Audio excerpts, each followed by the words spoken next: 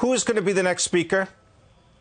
Well, it almost certainly will be Kevin McCarthy on a very short and very tight leash.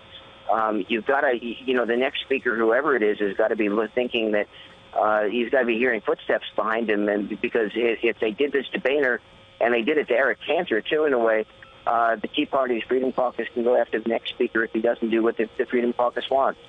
Stan Collender, if you were a betting man, what would be your position? What are the odds for a U.S. government shutdown? Well, there are two answers to this, because there are two parts of the question. The short answer is the odds of a shutdown in October have probably just fallen to zero. John Boehner can now work with with Democrats, which gets him about 190 votes or so. He only needs 28 Republicans under those circumstances to get a majority. And he can basically tell the Freedom Caucus to take this job and shove it. You can try to vacate if you want, but I'm out of here on my own within a month, which is undoubtedly what he was doing. But the odds of a shutdown in December have just risen rather dramatically when this short-term continuing resolution expires.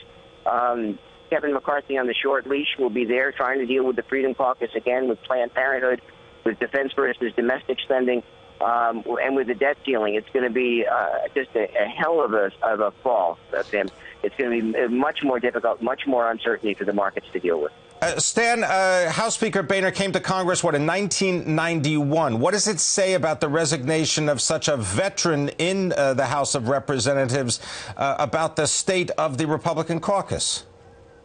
The Republican caucus is in disarray. I mean, the party has changed dramatically since 1991. I mean, over that period of years, you would expect that anyway. But this basically says that if you're in the establishment, you're gone. We don't respect you. We don't like you. We don't think that you represent us.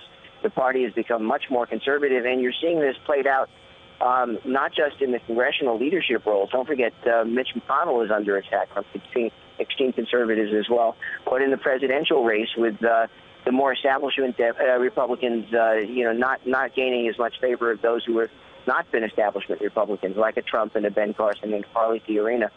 So you've got to wonder what this does for the Republican presidential opportunities. It probably hurts it pretty substantially.